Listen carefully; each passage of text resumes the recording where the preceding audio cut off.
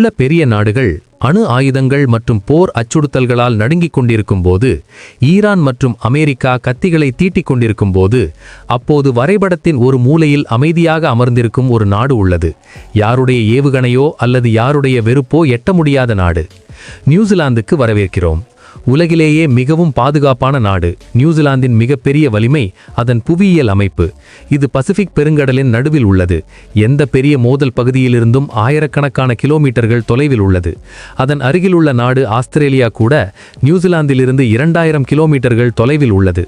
America, ஐரோப்பா அல்லது மத்திய கிழக்கிலிருந்து ஏதேனும் ஏவுகணை எட்ட வேண்டுமானால் அதை வழியில் கண்டுபிடித்து அழிக்கும் அளவுக்கு தொலைவு பயணிக்க வேண்டியிருக்கும். அதன் சுற்றிலும் எதிரி நாடு இல்லை. எதிரி நாட்டின் இராணுவ தடமில்லை. அமெரிக்கா, ஈரான் இடையே போர் நடக்குமா அல்லது 3ஆம் உலகப் போர் நடக்குமா? இங்கு மூலோபாய இலக்கு இல்லாததால் நியூசிலாந்தை தொடுவது கடினம்.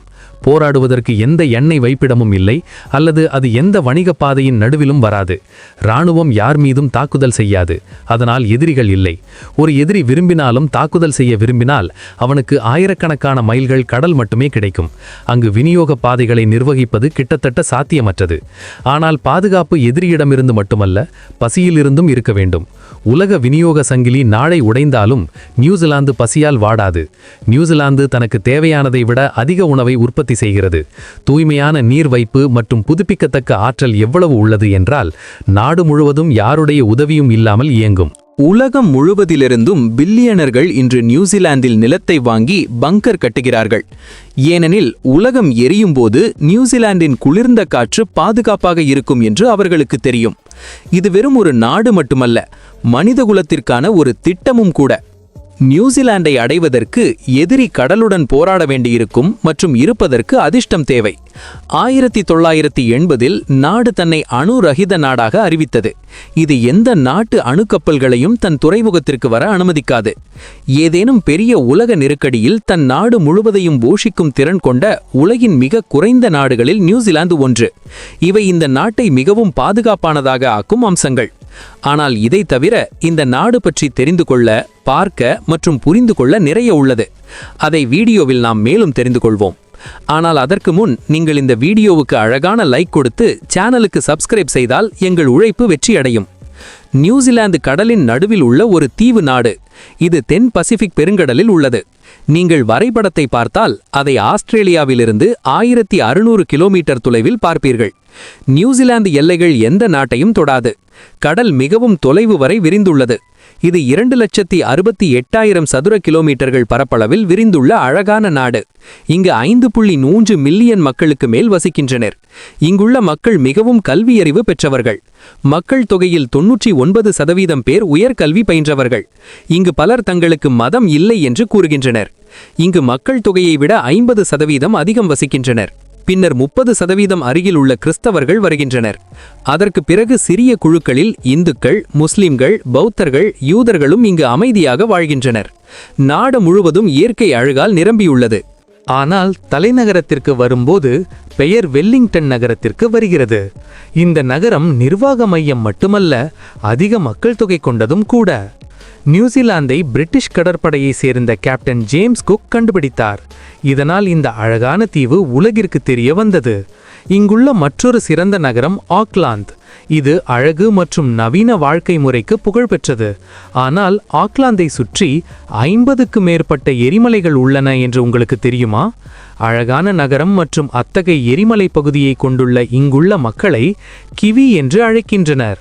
மற்றும் சுவாரஸ்யமான விஷயம் என்னவென்றால் இங்கு தேசிய பறவையும் கிவிதான்.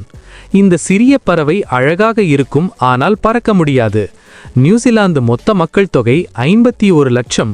இது மற்ற நாடுகளுடன் ஒப்பிடுகையில் மிக குறைவு. சுவாரஸ்யமான விஷயம் என்னவென்றால் ஆண்களை விட பெண்கள் அதிகம் உள்ளனர். சுமார் 14 ஆண்டுகளுக்கு முன்பு நியூசிலாந்து உலகின் மிகவும் பாதுகாப்பான மற்றும் வசிக்கத்தகுந்த நாடுகளில் முதலிடத்தில் இருந்தது. இங்குள்ள வானிலை, மக்களின் இயல்பு மற்றும் அமைதி, பாதுகாப்பு அனைத்தும் இணைந்து இந்த நாட்டை வசிக்க ஏற்ற இடமாக மாற்றியுள்ளன. இங்குள்ள மக்கள் தங்கள் உடல் நலம் பற்றி அதிகம் கவலைப்படுகின்றனர். பலருக்கு ட்ரெக்கிங் அல்லது ஹைக்கிங் என்றால் பிடிக்கும். இதை இங்கு டிராம்பிங் என்று அழைக்கின்றனர். அதாவது மலைகள், காடுகள் மற்றும் ஏரிகள் வழியாக நடப்பது. அதனால் நியூசிலாந்து வாசிகள் பொதுவாக ஆரோக்கியமாக, உற்சாகமாகவும் மிகவும் சுறுசுறுப்பாகவும் இருப்பார்கள். இப்போது இந்த நாட்டு மக்களின் வாழ்க்கை முறை பற்றி பேசுவோம். இங்கு மிகவும் அசாதாரணமான விஷயம் என்னவென்றால், ஒரு ஆண் ஒரு ஆணையும் பெண்ணையும் திருமணம் செய்து கொள்ளலாம் மற்றும் இது முழுமையாக சட்டப்பூர்வமானது. இது மட்டுமில்ல, 16 வயது சிறுவர்களும் 14 வயது சிறுமிகளும் கூட திருமணம் செய்து கொள்ள அனுமதிக்கப்படுகின்றனர். ஆனால் இது பெற்றோரின் ஒப்புதலுடன் மட்டுமே நடக்கும் மற்றும் பொதுவாக மிக அரிது. மாவோரி சமூகத்தின் முதல் மக்கள் 1220 இங்கு வந்தனர். அப்பொழுதிலிருந்து அவர்களின் கலாச்சாரம் இங்கு ஆழமாக வேரூன்றியுள்ளது. இந்த நாடு பற்றிய மற்றொரு சுவாரஸ்யமான விஷயம் என்னவென்றால், நீங்கள் எங்கு இருந்தாலும் கடலிலிருந்து 128 கிலோமீட்டர்களுக்கு மேல் செல்ல முடியாது.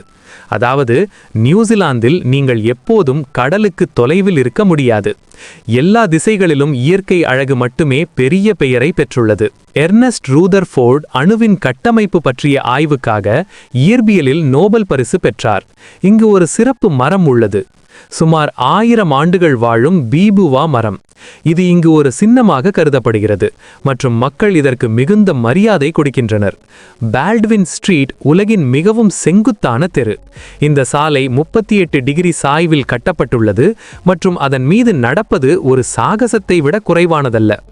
டென்மார்க்கிற்கு அடுத்து நியூசிலாந்து உலகின் 2வது மிகவும் நேர்மையான நாடு.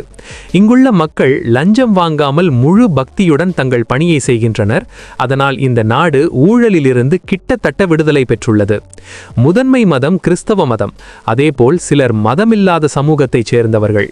சுவாரஸ்யமான விஷயம் என்னவென்றால், உலகின் பல நாடுகள் இதை கருத்தில் கொள்ளாத போது 1893 பெண்களுக்கு வாக்குரிமை அளித்த உலகின் முதல் நாடு நியூசிலாந்து. இங்கு விதிகள் மிகவும் வித்தியாசமாக உள்ளன. பல நாடுகளில் ஓட்டுநர் வயது 18 ஆண்டுகள் என்றால், நியூசிலாந்தில் ஓட்டுநர் உரிமம் 15 வயதிலேயே பெறப்படுகிறது. நண்பர்களே, இந்த நாட்டில் ஒரு பாம்பு இனத்தை கூட காண முடியாது. நிலத்தில், காடுகளில் அல்லது காற்றில் கூட இல்லை. பாம்புகள் வளர முடியாத வானிலை இங்கு உள்ளது. நண்பர்களே, இது குவீன்ஸ்டவுன். இது ஒரு ஹில் ஸ்டேஷன். இந்த இடம் எவ்வளவு அழகாக உள்ளதென்றால், விராட் கோலி தானே ஒரு நேர்காணலில் இதை மிகவும் அழகான இடம் என்று அழைத்தார். இங்குள்ள மலைகள், தெளிவான நீர் ஏரிகள் மற்றும் பசுமையான வயல்கள் வேறு எங்கும் உணர முடியாத அமைதியை தருகின்றன. இயற்கை அழகு குவீன்ஸ்டவுனை பிரபலமாக்கியது மட்டுமல்ல, இங்கு பல சாகச நடவடிக்கைகளும் உள்ளன. Cable ride, skyline, bungee jumping, parachute riding போன்றவை உள்ளன. இப்போது ஒரு சிறப்பு நாள் பற்றி பேசுவோம். ஒவ்வொரு ஆண்டும் இங்கு அன்சாக் தினத்தை கொண்டாடுகின்றனர். இந்த நாள் போரில் ஒரு காலத்தில் நியூசிலாந்து பக்கம் போராடிய வீரர்கள் மற்றும் இளைஞர்களை நினைவு கூர்கிறது. இந்த நாள் தேசபக்தி மற்றும் மரியாதையின் உணர்வை உயிர்ப்புடன் வைத்திருக்கிறது. ஆயினும் நியூசிலாந்தின் தேசிய விளையாட்டு ரக்பி. ஆனால் பலருக்கு கிரிக்கெட் மீது ஆர்வம் உள்ளது. இங்குள்ள ஸ்டேடியங்களில் கிரிக்கெட் போட்டி நேரத்தில் இருக்கும் உற்சாகம் பார்க்க தகுந்தது. இது ஒரு அருங்காட்சியகம். இந்த அருங்காட்சியகம் நியூசிலாந்தின் ஆழமான வரலாறு, கலாச்சாரம் மற்றும் இயற்கை பாரம்பரியத்தை சேகரிக்கிறது. இந்த அருங்காட்சியகம் நாட்டின் கலாச்சாரத்தில் சிறப்பு இடத்தை பெற்றுள்ளது. மாவோரி சமூக வரலாறு ஆகட்டும், இயற்கையாகட்டும், கலையாகட்டும், அறிவியலாகட்டும், எல்லாவற்றையும் ஒரே இடத்தில் பார்க்கலாம். கடந்த காலத்தில் 2 வெவ்வேறு அருங்காட்சியகங்கள் இருந்தன. ஒன்று தேசிய அருங்காட்சியகம், மற்றொன்று மியூசியம் ஆஃப் நியூசிலாந்து. ஆனால் 1998 இந்த 2 அருங்காட்சியகங்களும் இணைக்கப்பட்டன மற்றும் ஒரு புதிய அருங்காட்சியகம் கட்டப்பட்டது. இதை இன்று தே பாபா என்று அழைக்கின்றனர்.